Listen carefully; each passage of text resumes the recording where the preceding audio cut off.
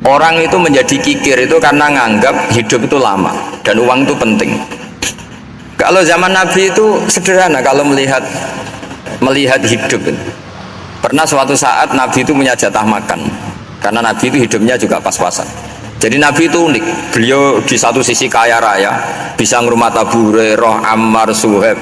Ashabu Sufa itu dirawat Nabi semua. Itu kan kaya, bisa ngerawat sekian orang. Tapi di sisi yang lain untuk pribadinya beliau miskin. Kadang nggak bisa makan hari itu. Tapi di saat yang sama bisa merawat ahlus sufa. Jadi keliru kalau orang hanya cerita Nabi itu miskin, untuk makan dirinya aja susah. Itu keliru. Kelirunya kalau tidak diteruskan, tapi Nabi mampu menghidupi ahli sufa.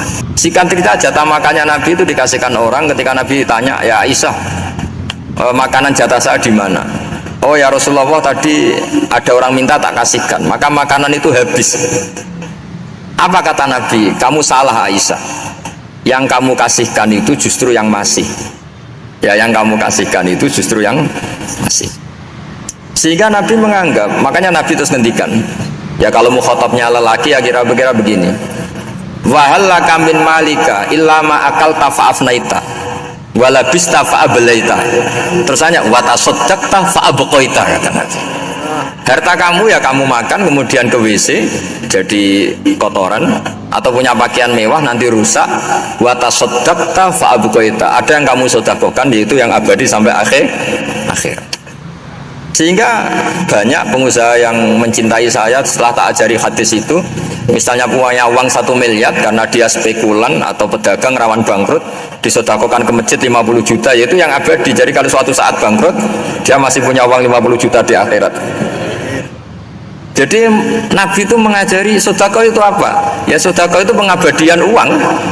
Kalau kita kan enggak, bilang sedekah itu nguras uang.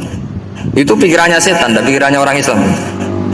Itu cara berpikir setan, bukan cara berpikir umat apa.